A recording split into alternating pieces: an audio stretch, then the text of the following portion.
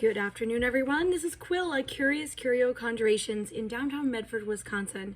Today we're doing an oracle card lesson, and it comes to us from the Celebration of Love Oracle Cards by Sakmar-Sullivan. I got this deck over across the street at a store called Vintage Naturals. Awesome place. You can get a lot of witchy supplies over there. The owner, Tasha, is one of my good friends, and I really enjoy her company. And this particular deck I got for the express purpose of kind of adding some diversity to the kind of tarot card readings and the oracle readings that I do for people. This deck is wonderful at giving you some very interesting ideas on how to see your spirit allies or to see your place on your path. And so this deck is marvelous. I definitely recommend it to anyone. Today's card is Humility and the Great Council. So I'll just get you a little look at that card, and we see four dolphins kind of staring over at the earth, and it says underneath it, the Great Council. Now, this card is the card that I associate with when your spirit guides are saying, hey, we need your attention.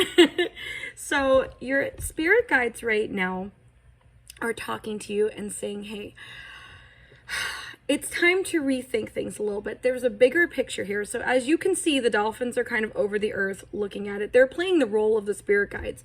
Spirit guides, be they ancestors, be they gods, be they whatever spirit you're working with, they have a different perspective on things than you do. So it's a good time right now, if you're seeing this card, to meditate on that. Try to make a connection with your spirit guides if you know how. If you don't know how, go ahead and ask me. I can teach you how to do that.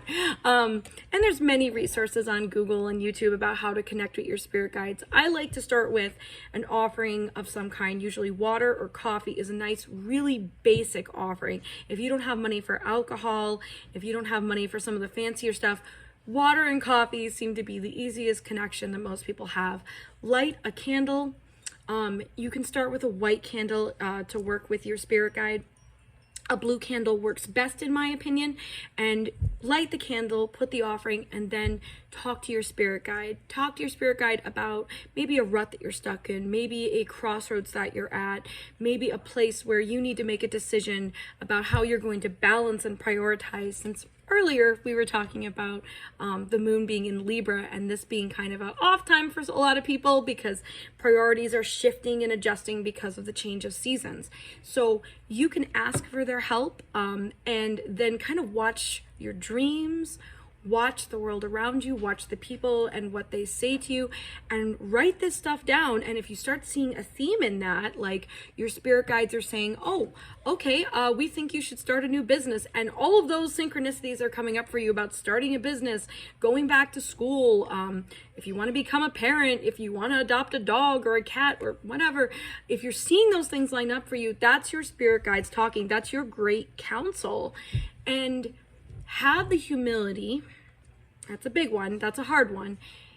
The act of practicing humility with your spirit guides is when they present you something that it's either not favorable to you or something that just kind of seems totally out of left field, that you take a time not to push that away. If you want to establish a connection with your spirit guides, at least considering what they're saying, even if it doesn't seem like it fits the moment, is important. Because if you're constantly brushing their ideas away, why would they want to talk to you? I mean, would you want to want to have a friendship with someone that when you brought up an idea, they constantly pushed it away?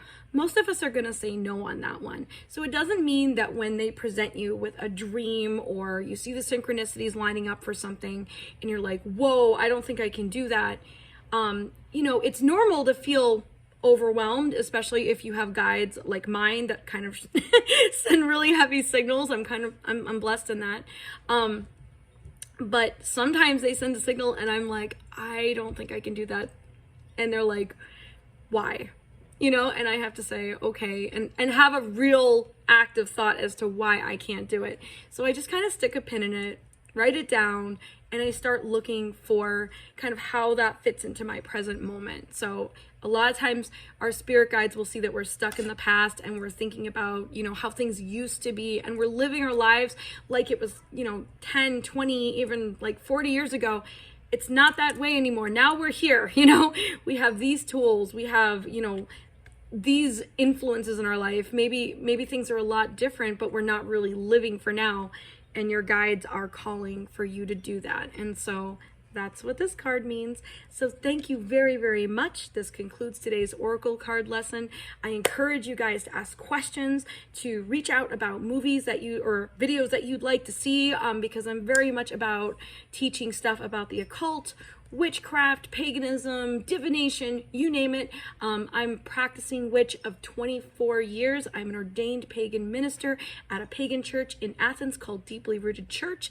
And so I've got experiences to share with you guys. So thank you so much for all the likes, the shares, the subscribes. I really, really appreciate it. Please help grow our community. And thank you very much for all the tarot card appointments that you guys have been sending me on Curio Conjurations on Facebook. Thank you, and you have a blessed weekend.